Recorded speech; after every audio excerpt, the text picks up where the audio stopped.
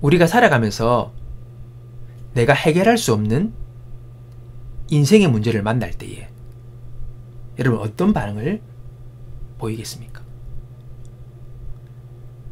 사람마다 각자가 정도의 차이는 있겠지만은 자기의 힘으로 자기의 능력으로 어떻게 해결할 수 없는 일들을 만났을 때에 그런 문제와 우리가 맞닥뜨리게 될 때에 너무 답답할 것입니다. 절로 탄식이 나거나 절로 한숨이 나거나 정말 너무 힘든, 그래서 고통의 소리를 지를 수밖에 없는 그런 일들이 일어나게 될 것입니다. 내가 해결할 수 없는데 내 능력 밖의 일들인데 이런 일들을 우리가 만나게 된다는 거예요. 오늘 우리의 삶 가운데 나의 능력 넘어서의 어떤 문제를 내가 만나게 될 때에 우리는 어떻게 이 문제를 바라보고 대응해야 할 것인가? 오늘 우리 본문의 말씀을 통해서 한 2가지 정도만 함께 생각해 보기 원합니다. 오늘 본문에서 하나님께서 우리에게 이런 문제를 만난 이스라엘 백성들의 상황을 보시면서 첫 번째 주시는 메시지는 우리가 해결할 수 없는 인생의 문제라는 것은 하나님을 찾게 만드는 문이요 기회라는 것입니다. 자신의 힘으로 도저히 해결할 수 없는 문제를 만난 이스라엘 백성들 어떡합니까?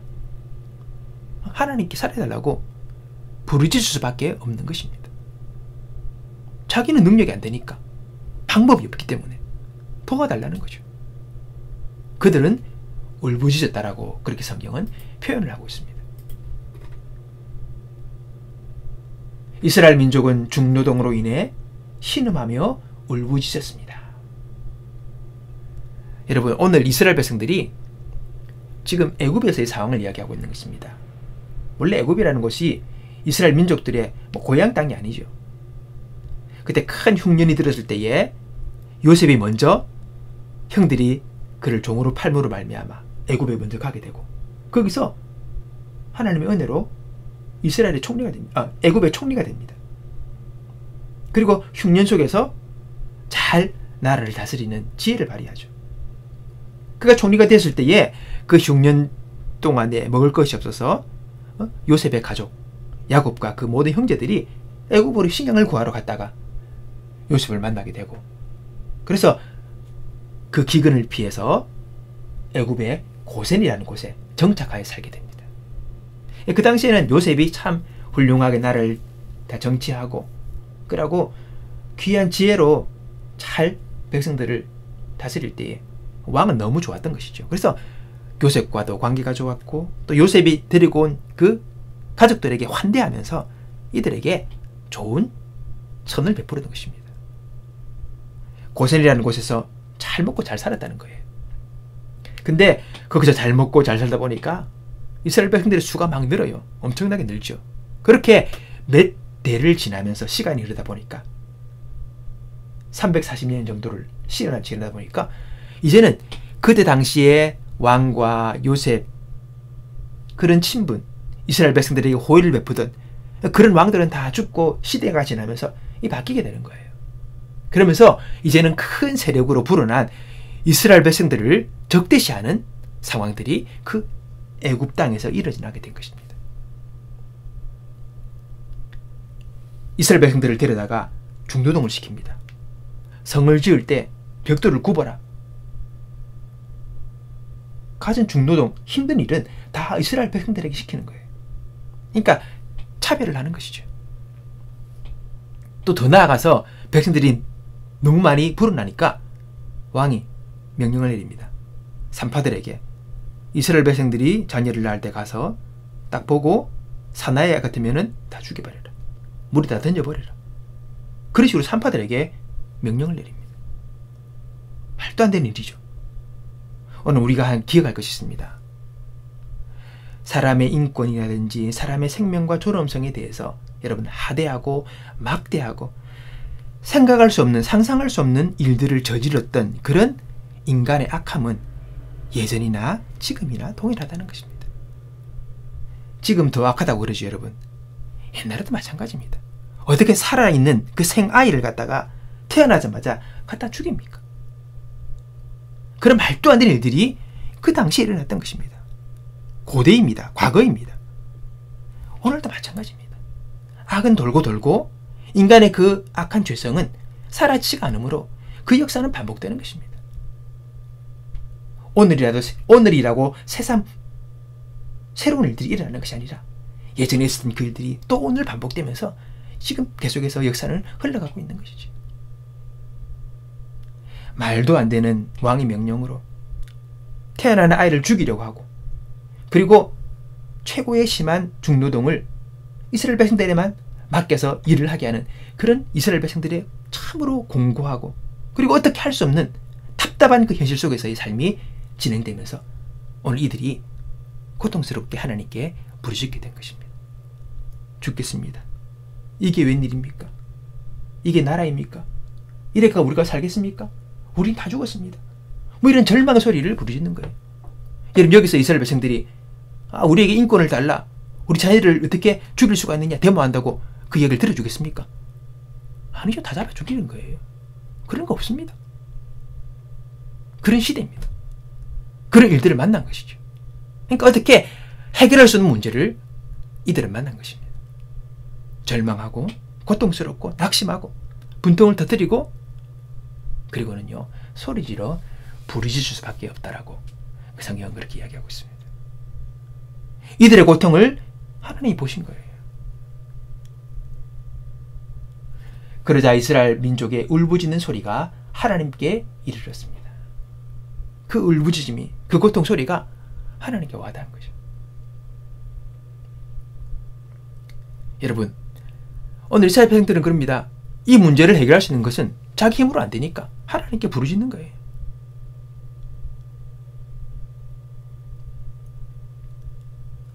오늘 우리의 삶 가운데 난제를 만날 때에, 내 힘과 내 능력으로 어떻게 할 수 없는 일들을 만났을 때에 우리는 우리의 고개를 하나님께 돌리는 시간으로 삼아야 합니다. 사람의 힘으로 안 되니까, 내 능력 밖의 문제니까 그때는 하나님께 우리가 기도할 수밖에 없는 것이죠. 그 당시 이스라엘 백성들,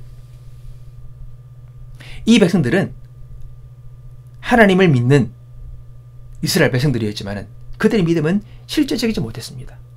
살아있는 믿음이 아니었습니다. 하나님께 관해 들었던 이론적인 어떤 신앙에 불과했지 정말 하나님의 살아계심을 그들이 믿는 믿음, 그런 것들은 없었던 것이죠. 근데 그럼에도 불구하고 이들이 오늘 말씀처럼 하나님이 그들의 고통 소리를 들으시고 하나님이 이스라엘과 아브라함, 야곱, 이삭에게 세운 그 약속을 기억하셨다, 그렇게 합니다. 뭔 모르지만 그러나 그 고통을 하나님께 고백하고 하나님께 기도하니까 하나님이 들으시고 예전에 그들의 조상 아브라함과 이삭과 야곱에게 세운 그 언약을 기억하셨다는 것입니다. 이 말씀이 뭐냐? 바로 이 말씀은 드디어 이스라엘 백성이 애굽으로부터 나와, 즉 출애굽할 때가 되었음을 의미하는 것입니다. 그리고 이들은 출애굽 과정을 통해서 이스라엘 백성은 비로소 여호와 하나님, 아브라함의 하나님, 이삭의 하나님, 야곱의 그 하나님이 누구신가를 구체적으로 실제적으로 경험하기 시작합니다. 그 출애굽의 가족 속에 10가지 재앙이 내려지고 수많은 기적들이 일어나는 그런 일들을 보면서 하나님이 살아계시구나, 이런 것들을 이들이 느끼게 된 것이죠. 경험하게 된 것입니다. 오늘 여러분, 우리의 삶 가운데 나의 능력 밖의 일들을 내가 만나고 내가 힘으로, 내 지혜로, 내 능력으로 해결할 수 없는 인생의 난제를 만났을 때에 오늘 우리의 고개를 돌려 하나님을 찾는 그런 귀한 계기로 삼을 수 있는 저와 여러분이 되기를 바랍니다. 오늘 이 문제가 있다는 것은 하나님께서 우리에게 너 나 좀 만나자, 나와 함께 대화 좀 하자, 나를 찾으라 라고 하시는 하나님의 쌓이는 것을 기억하며 그분 앞에 나아가는 저와 여러분이 되기를 바라는 것입니다. 두 번째 메시지는 뭐냐? 그것은요, 이스라엘 백성에게 주어진 그 난제, 그것은 하나님을 이론이 아닌 실질적으로 경험하게 하시려는 하나님의 깊은 뜻이라는 겁니다. 하나님의 뜻을 우리가 어떻게 알겠습니까? 그분의 계획을 어떻게 알겠습니까? 아무도 모릅니다. 얼마나 크신 분인데. 근데 오늘 우리가 인생의 난제를 만나고 막막하고 그리고 앞에 막다른 절벽 같은 그런 상황을 우리가 맞닥뜨리게 될 때에 우리는 그것을 통해서 실질적으로 내가 들어왔던 내가 글러보았던 그런 하나님이 아니라 실질적으로 내 삶 속에서 경험하는 실제 않은 하나님을 경험하게 하는 그런 하나님의 인도하심이 된다는 것입니다. 하나님께서 우리에게 믿음을 주시는 여러 가지 방법들이 있습니다. 보통적으로 우리 성경을 보도 그렇고 우리 교회사를 보고 믿음의 사람들의 삶을 볼 때에 그런 많은 일들이 있습니다. 근데 거기서 우리가 참 중요한 것은 하나님은 인생의 고난과 절박함과 그리고 난제를 통해서 우리가 하나님과 믿음으로 닿아지는 그리고 그분이 어떤 분인가를 내가 실제로 경험하는 일들을 경험하게 하신다는 겁니다. 이것을 통해서 하나님을 인정하고 그리고 하나님을 의지하며 그리고 그분을 믿음으로 살아가는 삶이 되기를 원하는 것입니다. 우리 어릴 적부터 교회를 다니고 신앙생활을 하지만 우리의 신앙생활이 다분히 이론적입니다. 들어왔던 것. 한번 이야기하라면 말로 줄줄줄 많이 할 수 있죠. 근데 우리 신앙은 이론으로 끝나서는 힘을 발휘할 수가 없습니다. 그것이 실제가 될 때에 우리는 신앙의 사람으로 살아갈 수 있게 되는 것이지. 오늘 우리는 하나님을 이론이 아니라 실질적으로 모세가 애굽을 나올 때 히브리 성경은 이렇게 표현합니다. 그는 보이지 않는 자를 보이는 것처럼 여겼다. 하나님이 안 보이잖아요. 근데 하나님이 안 보이는데 안 보이는 하나님을 보이는 분같이 실질적으로 그분을 믿고 따랐다. 모세가 그렇게 표현을 하고 있습니다. 오늘 우리도 하나님을 단지 이론이 아니라 볼 수는 없지만은 만질 수는 없지만은 그분이 실존하신 분으로 내가 확실히 믿고 내가 그분을 내 삶의 중심으로 모시고 내가 살아가는 것을 배우는 실질적인 역사가 오늘 우리의 인생의 난제를 통해서 이루어지게 된다는 것입니다. 출애굽 과정을 통해 하나님은요 본격적으로 자신이 어떤 분인가를 알리십니다. 그리고 홍해 사건 그리고 또 만나와 메추라기를 광야에서 먹이시고 불기둥과 구름기둥을 보내주시고 이 모든 일들을 통해서 하나님이 어떤 분인지를 그리고 그분의 능력과 그분이 얼마나 놀라우신 분인지를 계속해서 이스라엘 백성들에게 가르쳐 주십니다. 근데 오늘 보면 이 이스라엘 백성들이 이 광야의 길을 걸으며 출애굽의 모든 과정 속에서 문제가 바로 그것이었습니다. 오늘 당장 있는 자신의 문제만을 골몰했던 것입니다. 오늘 내 문제를 해결하고 오늘 내 답답함을 해결하고 오늘 이 어려움을 해결하고 하는 자신의 어떤 문제에만 집착했던 거죠. 이것을 해결하는 데만 골몰했던 것입니다. 사실 하나님께서는 그 모든 문제를 통해서 하나님이 어떤 분인가를 알기를 원하셨는데 그래서 그분을 믿고 따르는 자가 되길 원하셨는데 문제 해결하면 급급했다는 거죠. 그러니까 하나님을 아는 일이 얼마나 중요한가를 그들이 깨닫지 못했습니다. 근데 보세요. 출애굽을 했지만은 결국은 가나안에 들어가지 못했습니다. 이러한 상황을 시편 기자와 히브리서 기자는 이렇게 고발합니다. 그러므로 여호와께서는 그들이 요구한 것을 그들에게 주셨을지라도 그들의 영혼은 쇠약하게 하셨도다. 소원대로 원함대로 바람대로 됐지만은 그러나 그 영혼은 결코 복되지 못했던 것이죠. 영혼은 더 시들어졌다는 겁니다. 또 히브리서 말씀 보면 또 하나님이 40년 동안 누구에게 노하셨느냐 그들의 시체가 광야에 엎드러진 범죄한 자들에게가 아니냐 또 하나님이 누구에게 맹세하사 그의 안식에 들어오지 못하게 하셨느냐 곧 순종치 아니하던 자들에게가 아니냐 이러보건대 그들이 믿지 아니함으로 능히 들어가지 못한 것이라.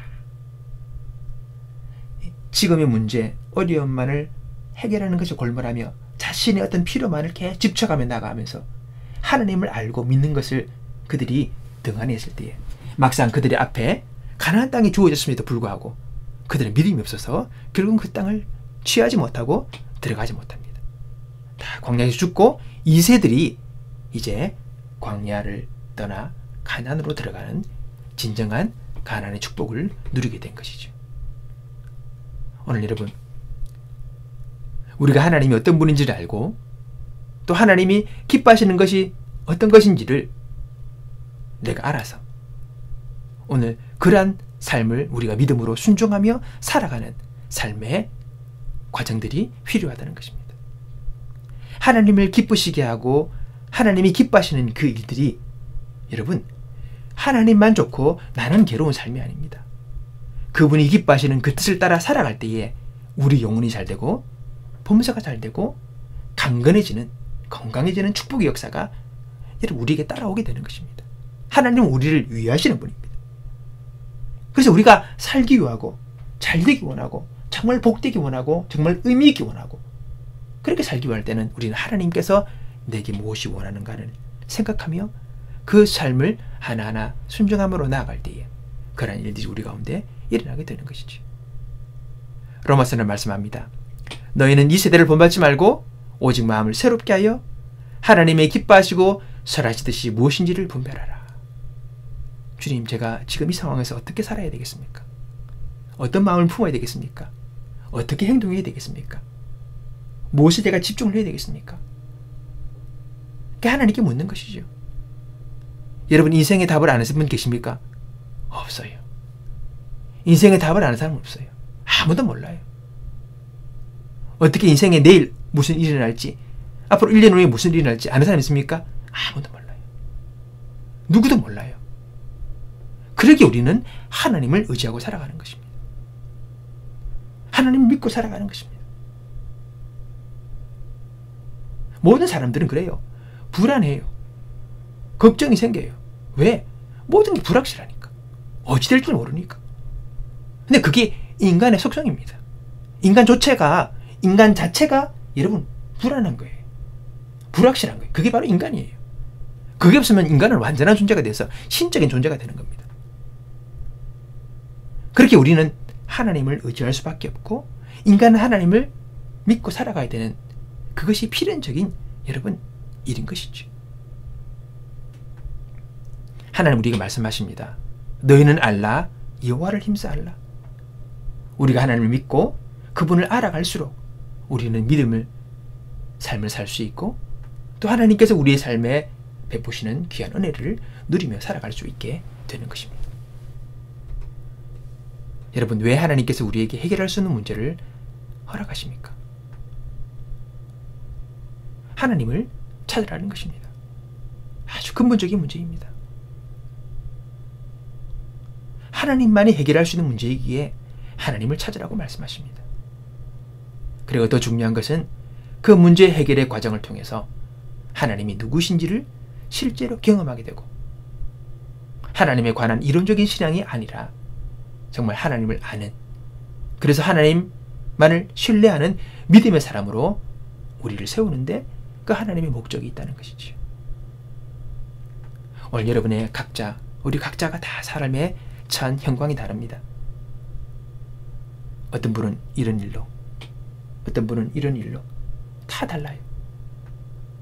다 각자의 삶 속에서 난제가 있고 어려움이 있고 어떻게 할 수 있는 고통에 해결할 수 있는 문제거리들이 있다는 것이죠. 오늘 우리 거기서 어떻게 해야 되느냐? 거기서 하나님을 찾는 계기를 삼읍시다.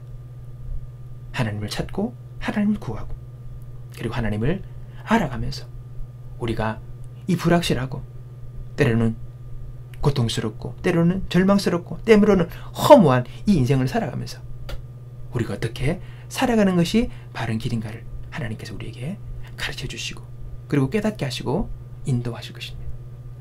오늘 그 하나님과 함께 믿음의 길을 걸어가고 오늘 내게 주어진 참으로 해결할 수 있는 그 난제가 우리에게 큰 성장과 그리고 하나님을 알아가고 주님을 찾게 되는 귀한 복된 계기로 변화될 수 있게 되기를 주님의 이름으로 축복합니다. 기도하겠습니다. 하나님 아버지 감사합니다. 인생의 난제를 만난 이스라엘 백성들은 낙심했지만은 고통스러웠지만은 하나님께 부르짖었습니다. 하나님은 들으시고 이들을 출애굽시키사 복된 가나안 땅으로 이들을 인도하셨습니다. 아버지 하나님, 오늘 우리의 삶 가운데도 내가 어떻게 해결할 수 있는 그 인생의 난제 앞에서 고통스러워하고 두려워하고 절망하고 있을 것이 아니라 하나님을 찾게 하시고 그리고 그분을 믿는 진정한 실질적인 신앙의 성장과 변화를 경험하는 귀한 계기들로 이 문제를 삼게 하소서. 그래서 이 문제들이 주의 은혜로 해결되었을 때에 하나님께서 이것을 통하여서 나에게 귀한 은혜를 베푸셨다라고 고백할 수 있는 우리의 간증들이 넘쳐나게 하여 주옵소서. 감사하고 예수님의 이름으로 기도하옵나이다. 아멘.